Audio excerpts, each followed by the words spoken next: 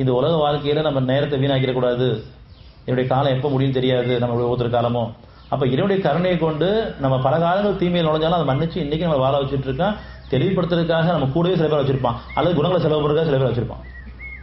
நம்ம உதவியாளர்கள், நம்முடைய குடும்பத்தில் இருக்கக்கூடிய பிள்ளைங்க, பெற்றவங்க எல்லாருமே அப்பப்போ சில தடுமாற்றம் இருப்பாங்க. நம்ம அதை பொறுத்து வச்சு மன்னிக்கிறதுக்காக வச்சிருக்கான்.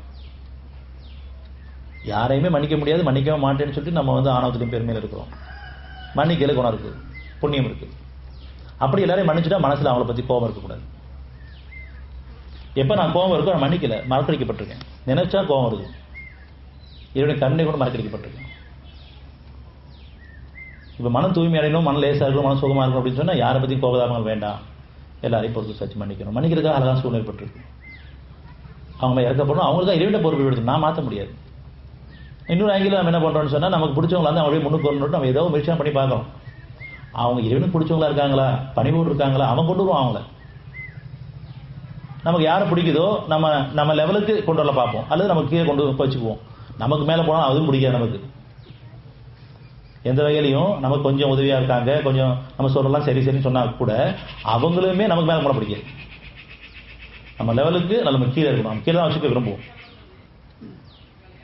அவங்கள்ட்ட நம்ம இருக்கிற குணங்கள் அவங்கள்ட்ட இருக்குது, அவங்களும் அதே மாதிரி தான். ஏன்னா எனக்கு சேர்ந்துருக்கு, அவங்களும் அந்த மாதிரி சொன்னா பிடிக்காது. ஆனா நம்மளை சேர்த்துக்கிற காரணம் ஒருத்தர் தவறும்போது முதல்ல குறைந்த நிறைவேற்றி வருங்க, கொஞ்சம் எடுத்து சொல்லுங்க. ஒருத்தர் பக்குவமா சொல்லுங்க, சொல்லும் போது பொறுமையா சொல்லுங்க, கோபமா சொல்லாது. கோவப்படக்கூடாது, கோபமா சொல்லக்கூடாது. நம்ம எல்லாரும் கோவப்படாது, கோபமா சொல்லிட்டு இந்த வாழ்க்கையை தவற விட்டக்கூடாது. அப்படி தவற விட்டோம்னு சொன்னா என்றும் நரக வாழ்க்கையா போயிடும். நரகத்துக்கு மீள் இருக்காது தான். நம்ம திருந்திருக்கோம், அவங்களுக்கு திரும்புறதுக்கும் சோதனை காலம், அது தண்டனை காலம் கிடையாது. அந்த கஷ்டத்துக்குள்ள போறதுக்கு முன்னாடி அறிவு போகும்போது ஏத்துக்கணும். அதை நம்ம நிராகரிக்கும் போது கஷ்டத்துக்குள்ள போய் தான் அப்புறம் ஒத்துக்க வேண்டிய சூழ்நிலை இருக்கணும். அப்படி ஒரு சூழ்நிலை நமக்கு வேண்டாம். இப்ப பொதுவான அறிவிப்பு நம்ம எல்லாருக்கும் இருக்கு, மனசை குணக்கேட்டு இருக்குது, எல்லாத்தையும் பெருமை இருக்குது. எந்த வகையெல்லாம் பெருமை வந்து பெருமை வேணாம்னு கேட்கணும், பொறுமை நம்ம பொறுமை வேணும்னு கேட்கணும். இப்ப தவறு எங்கெல்லாம் தவறு பண்ணிட்டு இருக்குங்கிறது உணர்ந்து ஒத்துக்கிட்டு மன்னிப்பு கேட்டோம்னு சொன்னா கஷ்டகாலம் இல்லாமலே நம்ம மேன்மை அடைக்கு போயிடலாம்.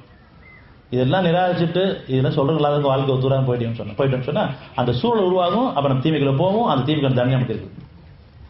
தண்டனை கிடையாது, தீமைக்கான சோதனை நமக்கு இருக்குது.